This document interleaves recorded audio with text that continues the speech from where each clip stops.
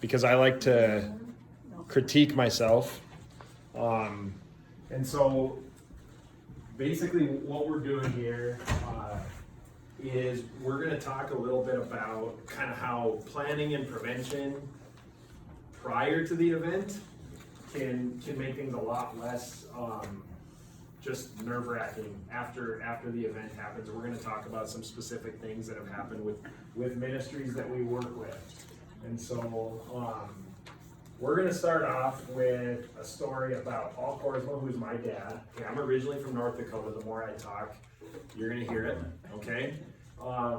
It's kind of evened out, but I married into becoming a Nebraskan about 14 years ago. And so I love it here. This is like a nicer version of North Dakota. And so, and a warmer version. it is. It's a little bit warmer. I know. And so to get into this, that's a picture of my dad and I. This is so all the things that he loves. Okay, so I'm growing into becoming him. When we stand next to each other, everybody talks about how we look alike. He has shrunk a little bit, but he used to be my height. My mom on a Harley Davidson is one of his favorite things. They go on rides every summer.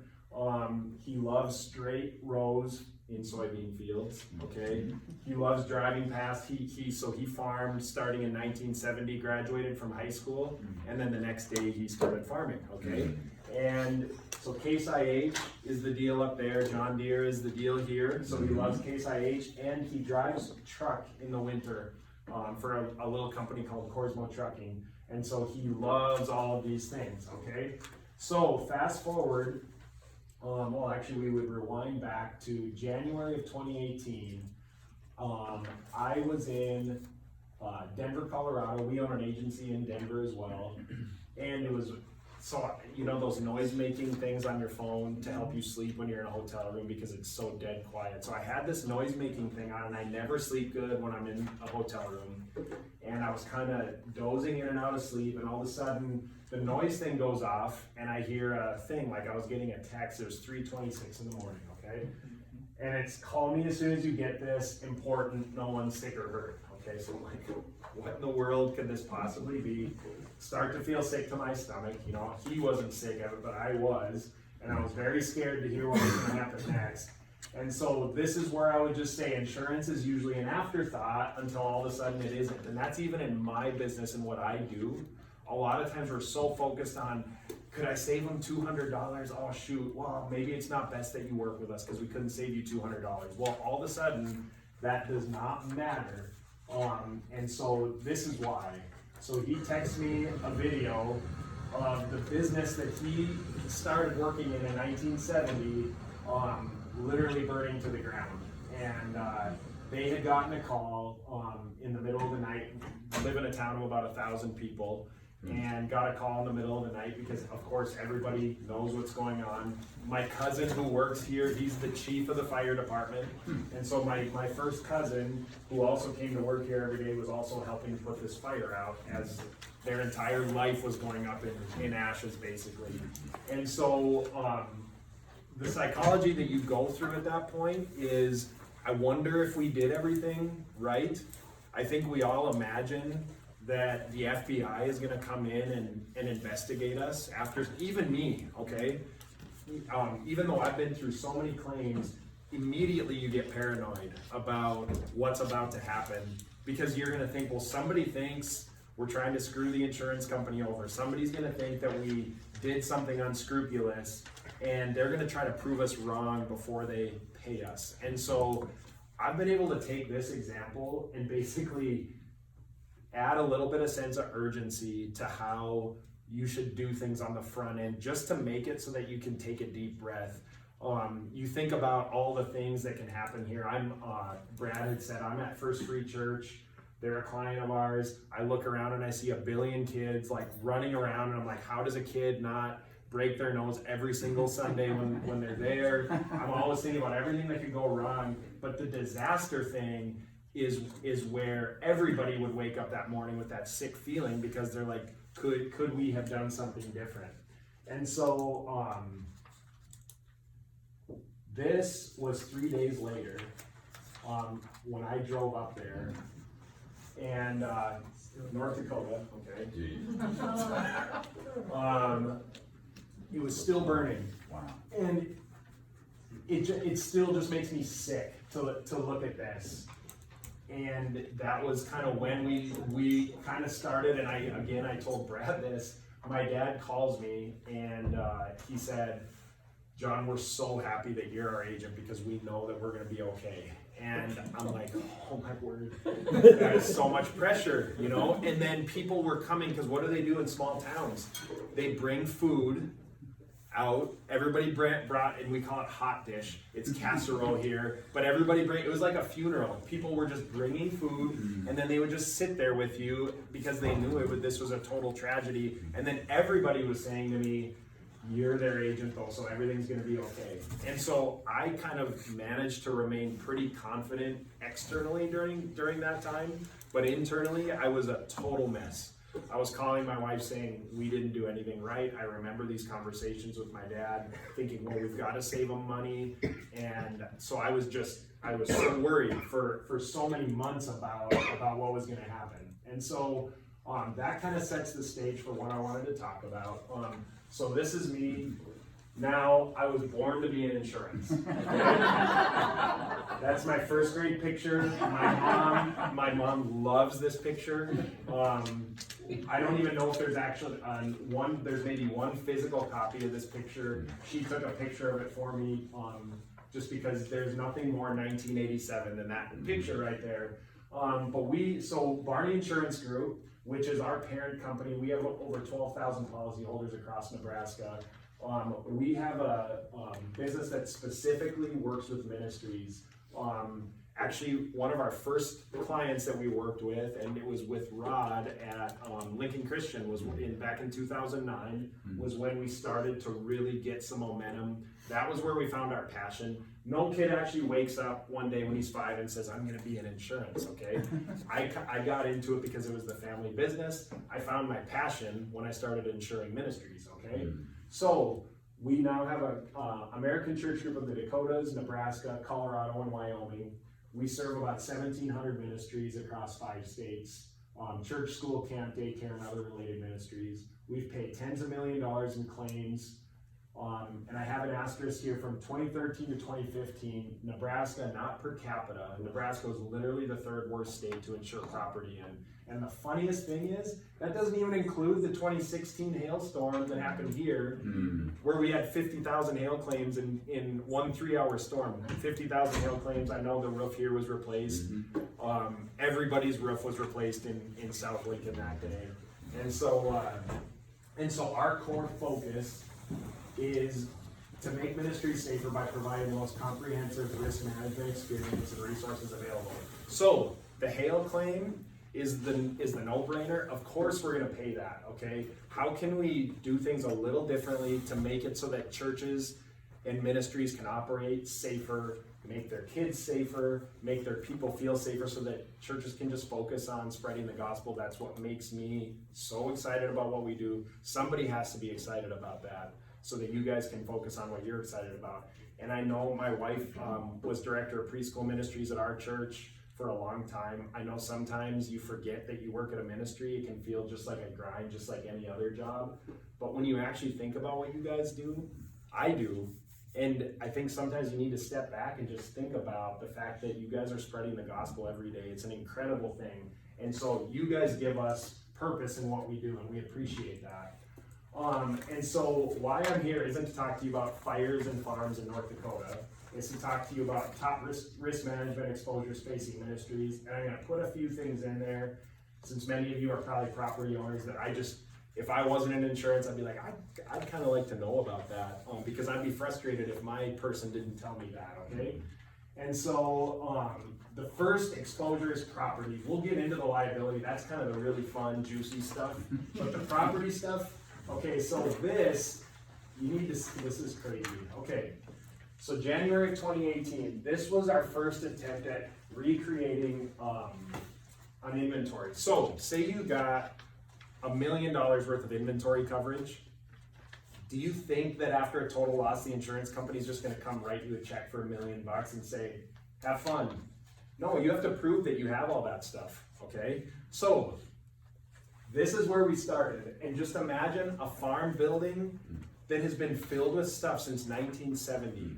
Every Christmas tree that just nobody knew where to put it, so they put it somewhere else, and every picture, every record album, every computer that was just old, so it got, everything needs to be accounted for if you want to be paid for it, okay? So we started with this, and now you're gonna see why I was so full of anxiety about this process. So then this in July is what it ended up being, okay?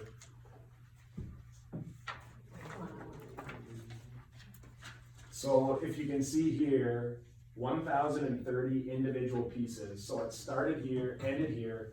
A total of about $1,600,000 was paid. Nationwide insurance, okay, Peyton Manning, they took really good care of my family. It did still feel like we were being interviewed by the FBI though. They brought in fire marshals. Tell us why you think this fire happened. Oh, so you had a waste oil burner, okay. You know, and I'm like trying to control the process and sitting in there and trying, you know, I'm acting on behalf of the family, but I'm also the insurance agent. It was scary, but it ended up working out just fine. And so ultimately, so here's the first thing I would say, take an inventory. Even if it's all of you guys leaving this meeting and just going and taking a picture of every room, putting it up in the cloud.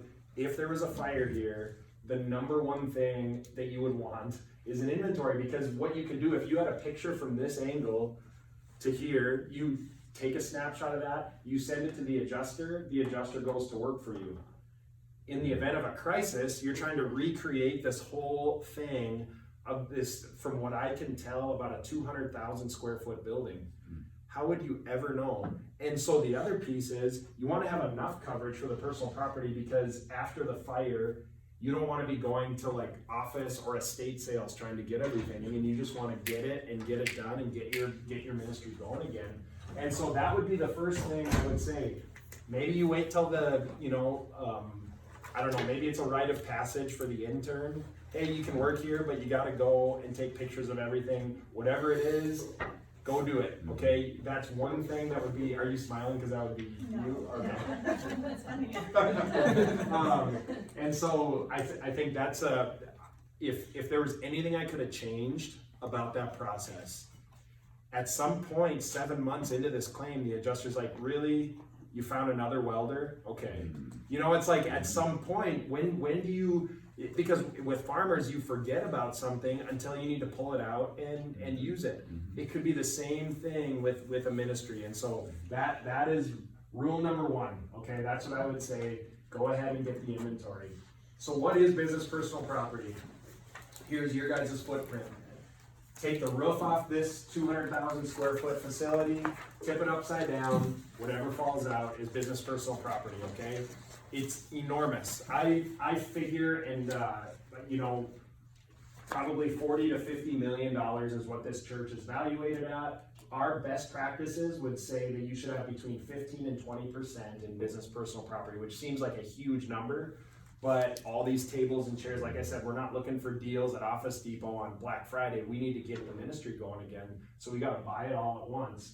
And so 15% of your building value would be $6 million, 20% would be $8 million. But here's the thing. Brotherhood Mutual insures over 65,000 ministries. They've never had a total loss claim where they had too much personal property coverage. At some point, that value always gets exhausted. With maybe leaving some stuff on the table. And so you can never really have too much. Luckily, not a whole lot of total losses happen, okay? Building things to remember. Obviously we have, you guys are gonna skew more towards this. This is Lifegate Church in Omaha. This is Queens Memorial Lutheran Church in Omaha. This is the most beautiful church I've ever seen in Nebraska. It's gonna skew more towards that $450 to $500 a square foot to replace.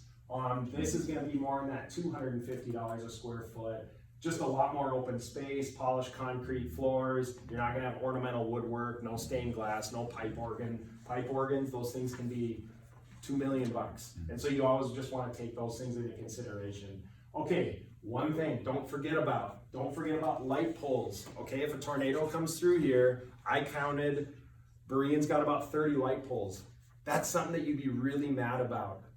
if you had to replace all of them. And you'd be like, are you kidding me? We have 30 light poles. They're not in the policy. Unless you list them, you have 20,000 total for unscheduled property on the policy, okay? So if you don't put light poles on there, if you don't put signage, playgrounds, things like that, you're gonna get stuck replacing them. So that's kind of the one thing that I learned several years ago when we had a tornado rip through a church in Bellevue. We didn't have enough light pole coverage, so I promised I would never let that happen again, okay? Is there an analogous coverage for homeowners? Is there something? So for, it would be fences, other structures, anything like that. That would be what you would run into with homeowners. So any unscheduled property, most homeowners policies, so say you're insuring it for $300,000, are gonna give you 10% of that for other structures. But a lot of houses have another outbuilding build or another shed, a she shed, right? The State Farm she shed. That's how they paid for the she shed. I would guess that they wouldn't have had enough coverage given how nice that was, but who knows? And so here's the other piece though. Okay, when the tornado happens, this is another thing people don't think about. They think, okay, we got the church insured for $40 million, we should be fine. But what in the world are you guys gonna do for 18 to 24 months when you're rebuilding, okay? So first thing, I'm an elder at First Free. I can't even imagine the politicking that would be going on within the church. We have to build this type of a building. Can you imagine at a traditional Lutheran church what would happen? Some would want hey, we've got to maintain the integrity of what we had prior. Others would want to go to a much more functional model. It's going to take 4 to 6 months just to get drawings and all that stuff. Then you start to rebuild a 200,000 square foot building. What are you going to do in the meantime? How many people are here on a Sunday? 3,100. And so that's going to be your biggest issue, is how are we going to meet and how are we going to continue this ministry as we go along for the next 2 years. So you're going to have a bucket of money called extra expense. Extra expense is going to be to rent other facilities. It's also going to be for loss of income, loss of donations. I think in the case of a church like Berean, you're probably not going to have giving go down because people would say, well, we don't have a place to meet. They're going to understand that. But again, it's just something people don't think about. Potential loss of income, loss of people due to that. And so that's another thing. And so here I've got, we're going to get into the liability, but does anybody have any questions on the property piece before we get into the liability? I had a slide on here for homeowners of things that I just wanted people to remember. So the biggest thing I would say, the flooding last year was a huge surprise to so many people. In Lincoln, we don't really live near many bodies of water, but in order for flood coverage to apply, so water coming in through the foundation of a basement, excluded. Water coming up through a drain would be covered if you have water backup of sewer and drain, okay? Usually most policies have about 5,000 coverage for that, if any. And so if it takes out all your baseboard, drywall, carpet in your basement, it comes up through your sewer, you're gonna need more than 5,000 coverage. And so something to just think about in a case like that. And if any of you guys have any other questions on anything like that, let me know. So ministry liability, I'm just gonna take you to this here. This is Brotherhood Mutual's top 25 legal questions. They had 16,000 submitted.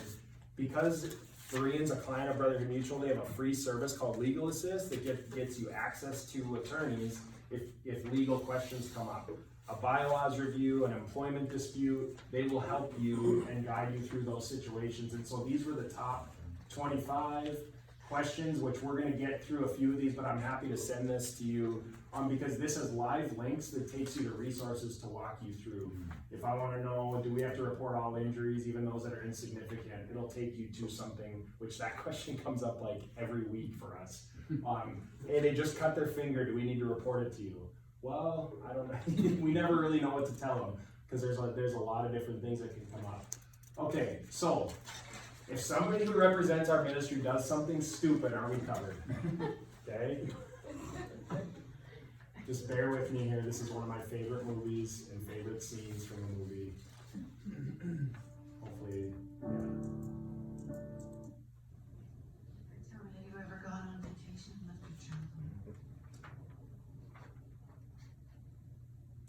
No. But I did leave one at a funeral parlor once. Yeah, it was terrible, you know, I was all distraught and everything, you know, the wife and I, we left the little type there in the funeral parlor all day, you know, we were back at night when, you know, when we came to our senses, and there he was, apparently he was there alone all day with a corpse. He was okay, you know, after 6-7 weeks, came out and started talking again. He's okay, you know, they get over it, kids are resilient like that. So the reason I ask that is your people who volunteer have a huge responsibility. They're taking care of kids in a huge building. We've seen situations where kids don't get taken home from field trips. We have a daycare that we ensure that they get back from a field trip, leave a kid in a van sleeping. They didn't realize it. Parents come to pick their kid up and walk past the van that their kid is locked in sleeping. Imagine being, someone like me who sees your 4-year-old locked in a van by himself outside of a church, just totally unattended. And so the question is, if we do something stupid, here's another example. Youth trip to Colorado, youth pastor says, whoever can stand in the snow the longest, barefoot, gets to choose where we go eat tonight. Six kids get horrible frostbite, okay? And so just to, again, think of like how mad you would be as a parent if something like that happened. And so the answer is, yes, if you do something stupid, you are covered. Okay, and so I've been waiting. This is a church dad joke right here. Be a noble Berean, receive these words with eagerness, and search the insurance forms to see if these things are so. Okay. If you guys know, I go to First Free. We were in the midst of a name change. Didn't change the name because we could not find a name that was as perfect as Berean Church. You guys are lucky because you always have that as your identity. You know, you're the Bereans, you search the scriptures, and we just couldn't find it. We couldn't find it. And so we stayed First Free, okay? Do you know that 90% of the people that come here we visit will ask what in the world is Maria or whatever? They have no idea. So it does create conversation, but I'm not sure that it hits the target. And never pronounced correctly. It's like Acts 12 or Acts 17, Acts 17, 11. So, but it's true with there is truth in the insurance forms, everybody. There's truth. So here's what we got to know. Appointed person means a person other than you, your leader and employee, who has been appointed to an unpaid position within your organization, but only while acting on your behalf and within the scope of their delegated authority, okay? So if somebody's acting on your behalf within the scope of their delegated authority, they are covered under your policy. So your Sunday school workers, now again, so if they're, and we'll talk about security team type stuff. So if someone's not named as a Sunday school worker, but then acts as a Sunday school worker, that's where there could be some potential gray area, or somebody acts as a security team member, but they're not appointed. Could be some gray area there. But what does the general liability cover and how much? I'm going to get into some specific claims here. Membership emotional injury liability, really sticky situations. Somebody's a member of the church. You guys use the biblical model of church discipline because that member is, doing something in their lifestyle isn't something that you guys accept, okay? And so you guys go to them privately, you bring another person to them privately, they don't repent, they don't want to change, and so then it's time for church discipline, potentially removing their membership, which is one issue that could come up. The next issue is, do we send a letter to the church? Because I can't remember the verse, but in that verse it is bring it to the church, okay? At some point, bringing it to the church. So in today's world, is that acceptable?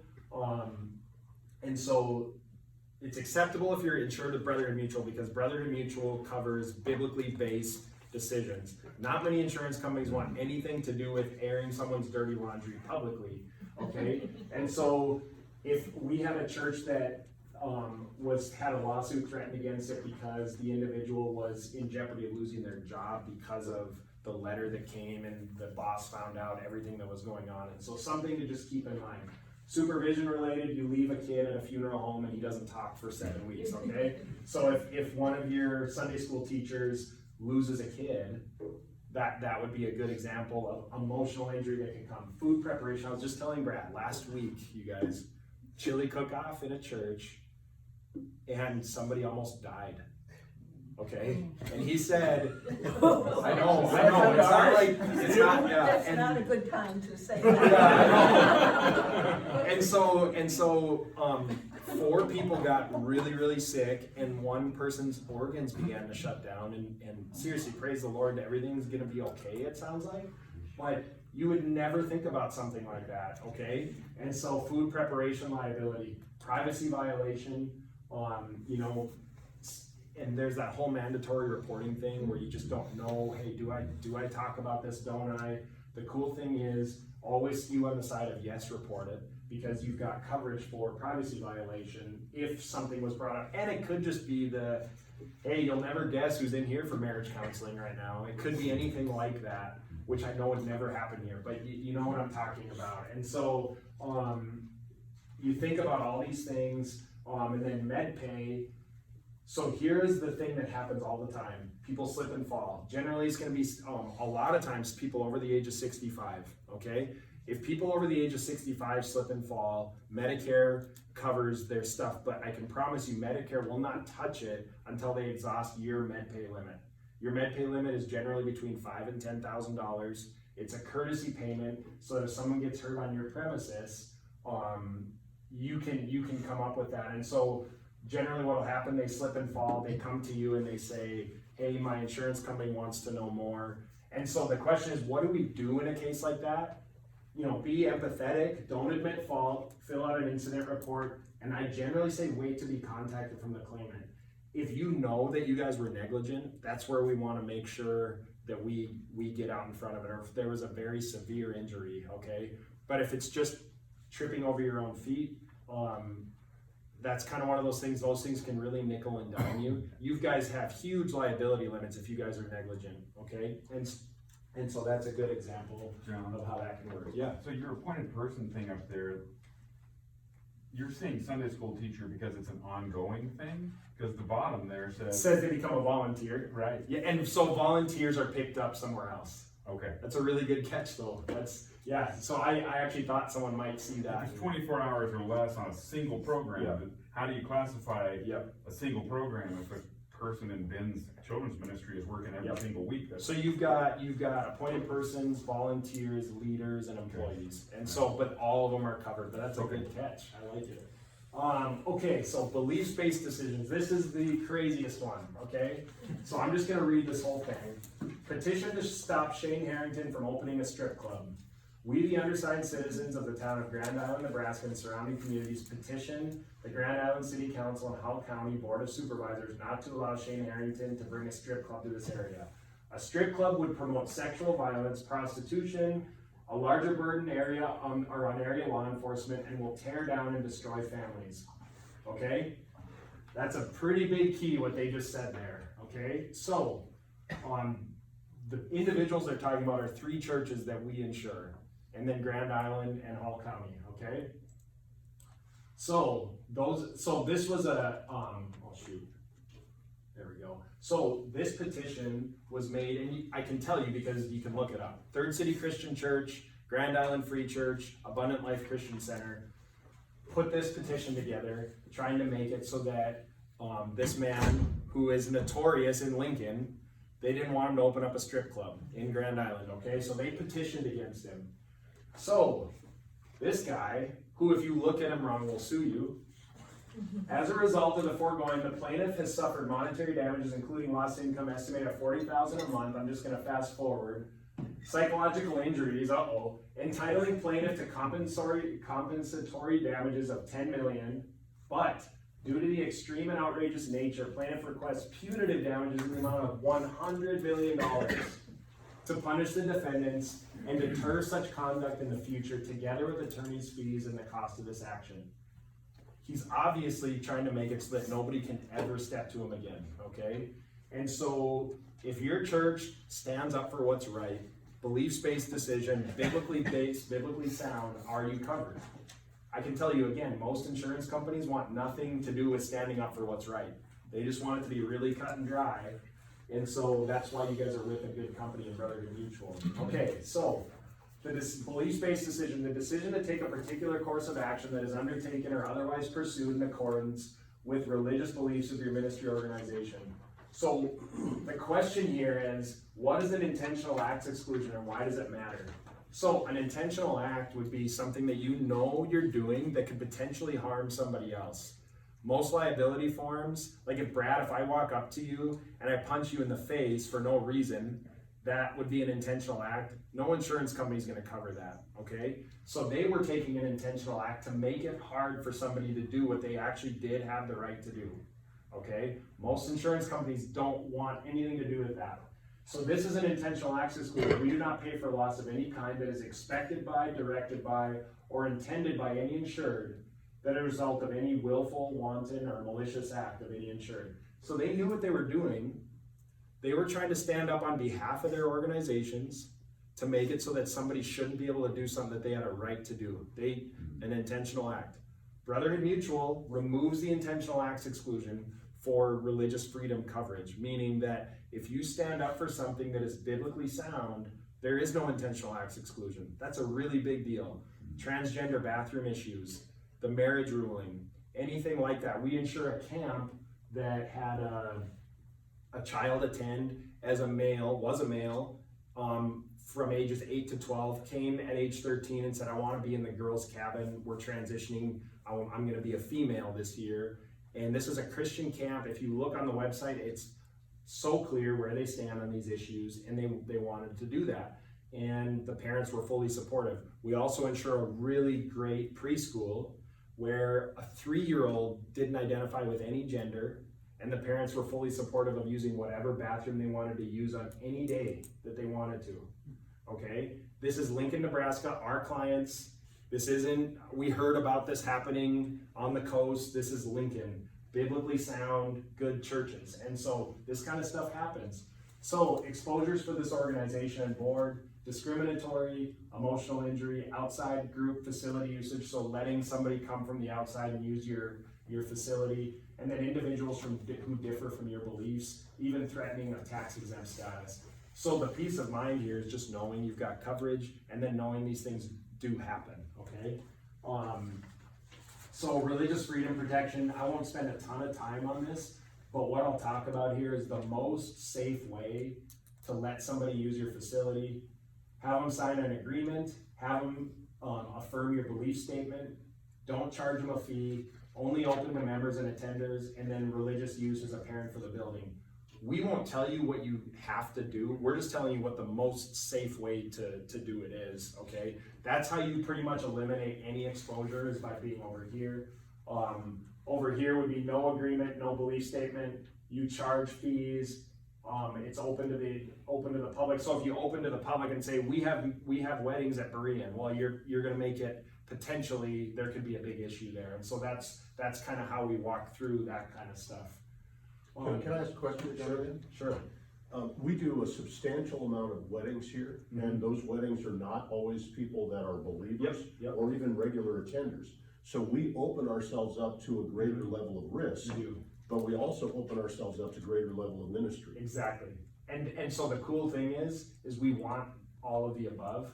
We're not going to tell you, and they're exposing themselves, Brotherhood Mutual, by having this coverage. Nobody else covers beliefs-based decisions. They're exposing themselves, but they also want you to do ministry, because I'm sure if they get married here, they're going to have an opportunity to be counseled potentially, and get an idea of what biblical marriage is.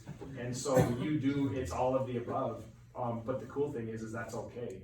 It's just knowing that exposure, and then you guys decide what your risk tolerance is there. So church safety and security. The number one question we get is, how do we keep our kids safe? Okay? Brotherhood Mutual receives 4 to 5 sexual misconduct claims per week.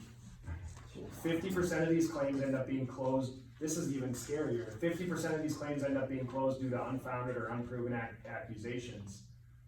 But that may or may not mean that it happened. But number 2 is the damage has been done no matter what. If it gets thrown out, the damage is done, okay? And so the average claim is about $170,000. They can get really big. The whole thing is, can the attorney prove that you guys created an environment that promoted gross negligence and harbored these things versus just a bad thing happened, okay? And so bad things happen to really good churches. An example, let's see here. So just listen. Hopefully I can get this here. Outside counsel, we're just not experts in this. Okay, I wanna go back Like a I'm little bit. alongside, and it is a long road, and it's a complex road, and it's a road fraught with misunderstanding, and so all I can say is you do the best you can, seek outside counsel. We're just not experts in this. Like I was not trained in any of this. I don't know that we have a lot of it. We had to seek outside counsel to come in and help us. And that's what I talked about on the panel last year, is that we brought in Ministry Safe, but we also brought in. So that's Matt Chandler at the Village Church, okay? I'm sure in the world of churches, just like we all look at social media, we're like, well, they definitely have it all together. I mean, Berean is a church that we all look at and we're like, they've definitely got it all together. Look at them, right? And on the inside, everybody knows that there's things, if they did it wrong, you would think that they would think about those things because of how public things would be with that church. Michigan State, USA Gymnastics, Penn State University, Baylor University, all of these people made mistakes, but they just kept making them. They kept doing them, and they continue to promote this thing behind the scenes of we've got to save the organization. The name is bigger than all of these people. And then at some point, it ended up being a total nightmare. And so what we say is, if you know of anything potentially happening, let's see, how do I get back into the slideshow here? If you know of anything potentially happening, make sure you report it. And always take the way out of, there we go, play from current slide. There we go, thank you. Always be on the safe side, okay? And so that I think about the Penn State one. I mean, for 10, 15 years, they knew these things were going on and just didn't do anything about it. And so finding that Matt Chandler one was kind of, like I said, whether you love him or not, you know that they're a church that a lot of people look upon favorably. And he's like, I didn't know what to do. That probably isn't the best thing for an attorney to see who's suing you. Okay? They want to prove that you didn't do anything to avoid it. And so they're going to say, well, what did you do to avoid that kind of a situation? So there's less and less evidence of a profile of a sex offender. He cannot be identified by physical description and often might not even have bad character traits. And so here's the deal. We've got 4 open sexual misconduct claims right now with churches that we work with in Nebraska. What will make you safer by this Sunday? The 2-adult rule or rule of 3. That would have avoided every single one that we're dealing with right now. And a lot of them had a 2-adult rule, meaning that there's never going to be a one-on-one behind closed door situation. But things happen and things fall through the cracks. Not everything's always perfect. You can't always ensure that everything's going to be right. But having this process in writing and saying 99% of the time we observe this was a 1%er, at least they can't prove gross negligence, that you harbored this situation, rather than, just burying your head in the sand about it. Background checks wouldn't have stopped any of them because none of these people had done anything before.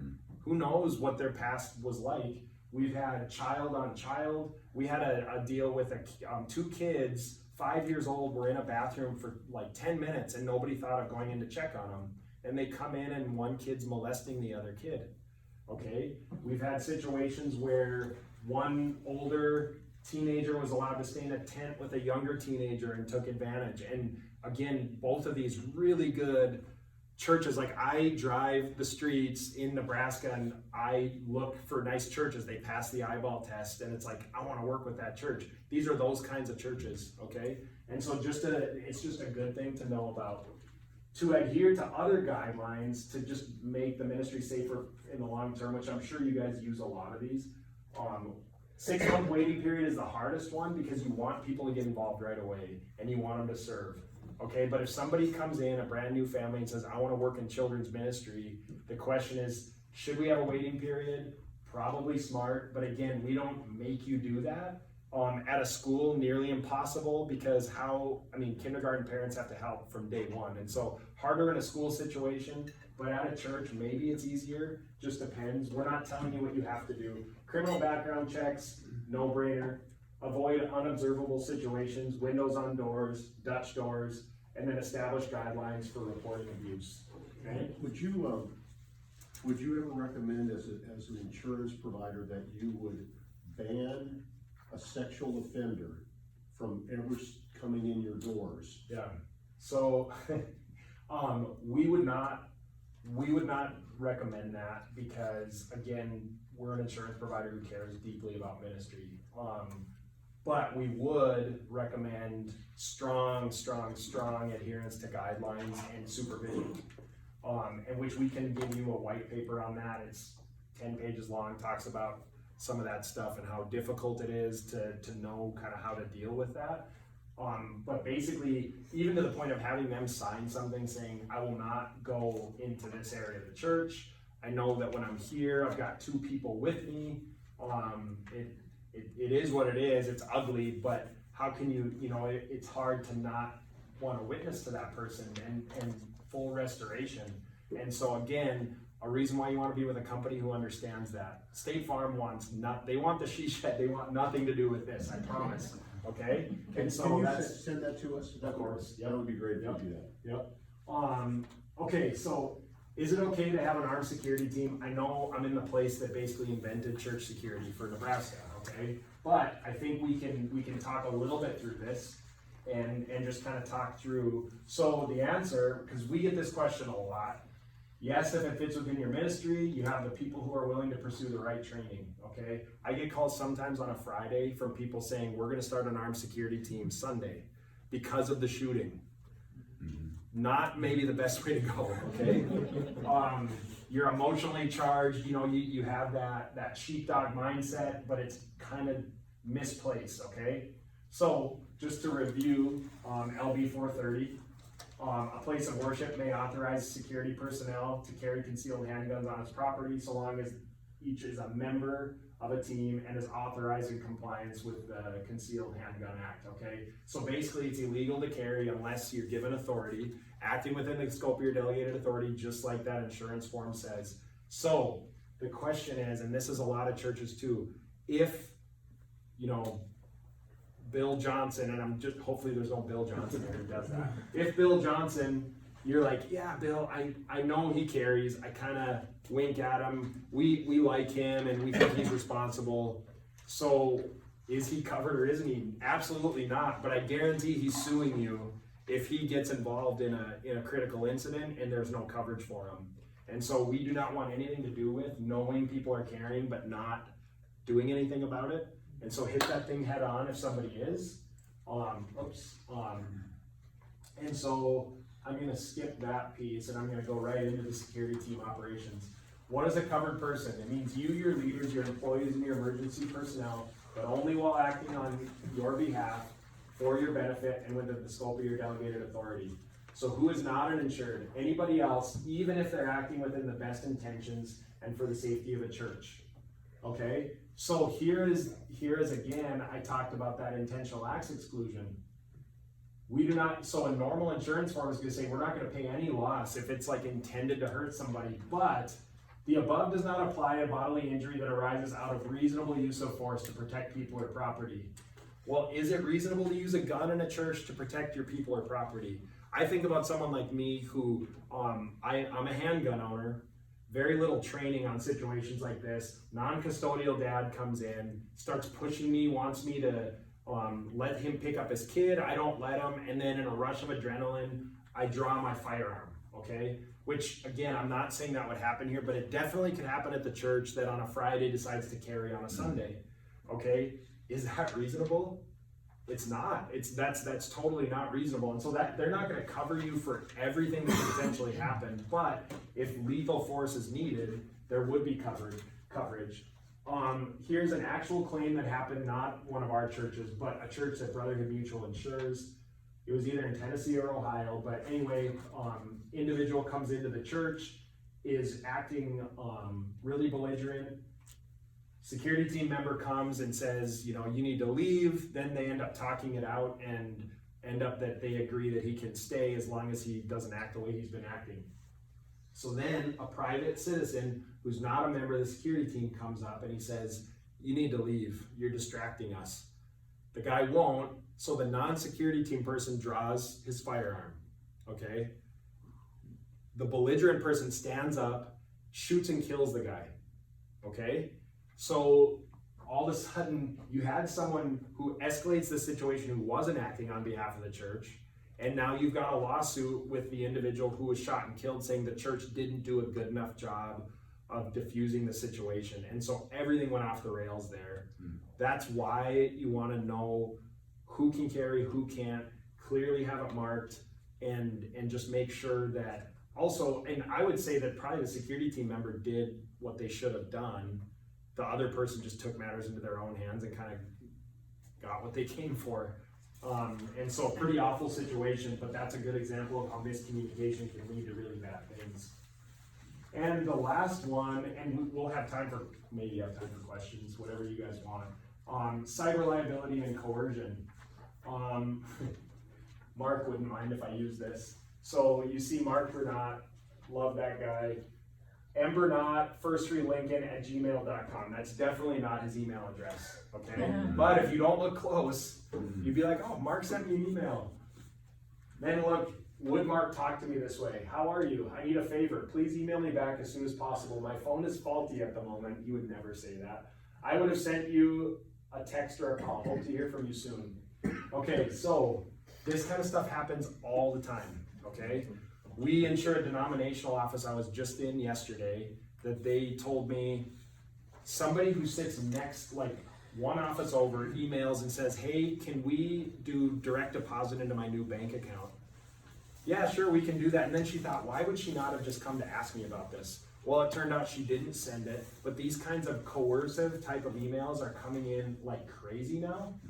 And so the problem is coercion's not covered because you've willfully parted with something. It's not like somebody came in and took it, you gave it to them. And so there's a gray area in the insurance form that says, if you're coerced by a fraudulent party, we're not giving that. So Brotherly Mutual's come up with a coverage called theft by coercion, being intentionally misled into making the transfer based on fraudulent information. So there is coverage for that, but just make sure you've got that. That's super important. Make sure you've got measures in place that you don't have money change hands unless there's some sort of discussion over it or things like that. And so that's probably one of the biggest things that we're seeing emerging now are these types of risks. The other one, and I don't have a slide for it, but it's password protection. We had a church that had all their passwords in a Google Drive, okay? So pretty much if they were able to hack the Google Drive, it's all over.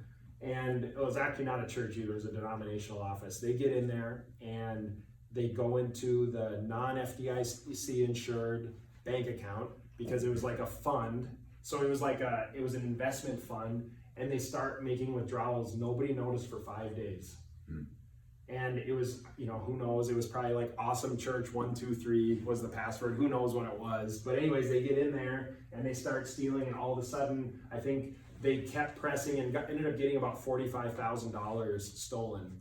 And so again, we think about the bag of cash, which I think that happened here several years ago where someone made off with that. That used to be what everybody was worried about. Now it's the electronic commerce. So protect passwords, all of that stuff. Just make sure that they're not in a place that you could easily get. We strongly recommend like RoboForm or LastPass that just generates random passwords to prevent things like that. And so there's so much more that we could talk about, but I'm not gonna subject you guys to any more. And so does anybody have any questions at all? It was early in the slide presentation, there were 4 things listed on the upper left hand, and the 4th one was privacy. Yeah. And privacy is violated. This probably affects everybody in here. So if a church member, for example, would be aware that a married couple was in crisis and getting counseling, and that became common knowledge, and it became conversational out in the community. That would be, Absolutely, because I think I had even made a joke like, well, you won't believe who's getting counseling, that kind of a thing. And you see it with counseling ministries. I mean, Lincoln, do you ever go anywhere here where you don't know 7 people at least? Like, we were at Laszlo's last night, and I mean, that's like, you just, everywhere you go. And so even if you're showing up at a church or whatever it is, and so anything like that, if there was a violation of privacy, definitely there would be coverage. So, yeah. And that's kind of how we talked about the mandatory reporting too, because I think people are worried they're gonna violate privacy, so they don't know if they should report. If it has to do with a kid or somebody subject to abuse, the answer is always yes, report it. child or a disabled adult. Yep. And so, yeah. And so that was really fun for me. I appreciate you guys giving me the opportunity. Is there any other questions at all? Yeah. We have a car donation program. Yep. And so what if either knowingly or unknowingly, we donate a car to someone, maybe they have a history of DUI, maybe they've got some other problems with driving record.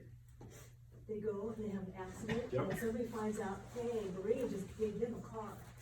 And so I would say even to add to that more is your drivers who are driving on behalf of the church youth trip, and you don't check on them, and they've got a DWI and a bunch of kids are with them and they get into an accident. And so there would be general liability coverage for negligence, and on the vehicle you'd have some coverage for the vehicle. If you've got a car care ministry, like do you guys fix cars too? A little bit. So there's a car care ministry coverage that you'd want to check on that would also cover things like that. Like you don't do the oil change the right way and the car blows up, or something like that. And so we've got a lot of, We do brakes.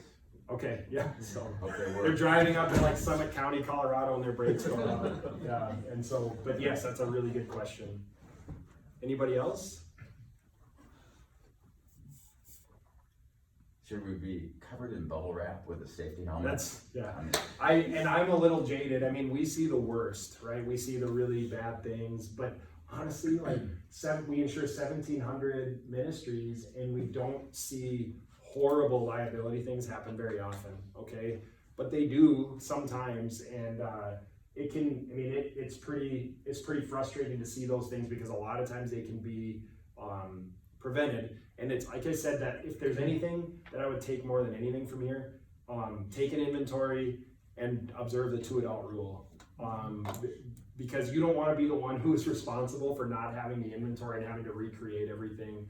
Review your policy just to make sure you're not forgetting about any buildings. But that 2 adult rule thing it's the one surefire way you can make it nearly impossible to have an abuse situation.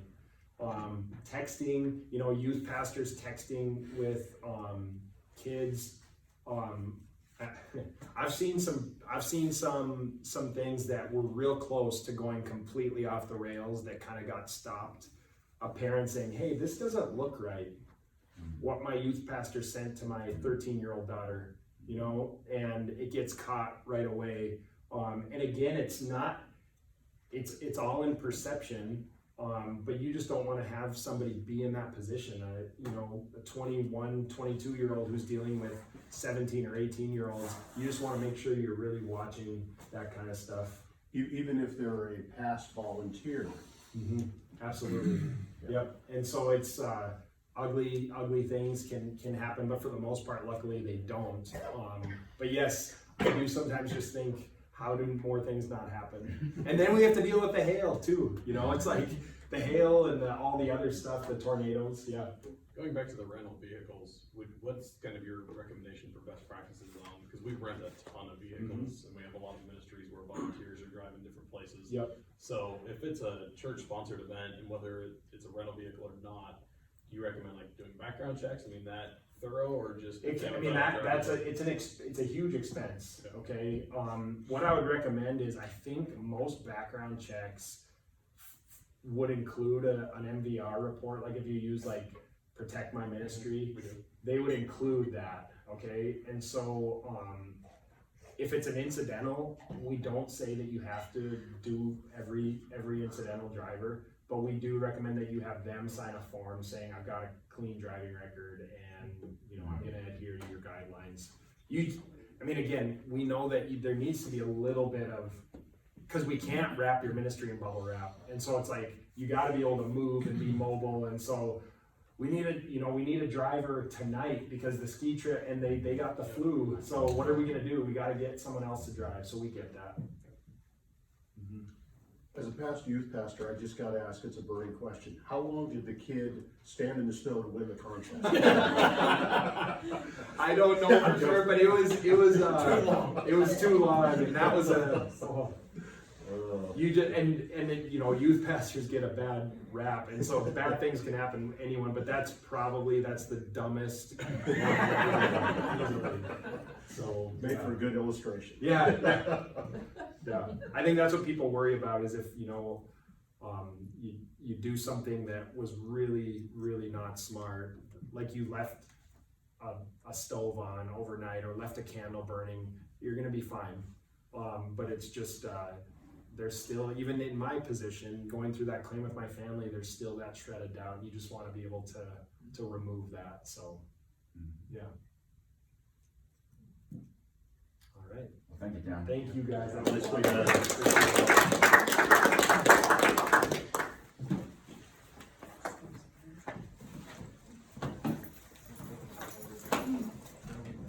Remember Philippians 4 now, just don't worry about anything. Okay?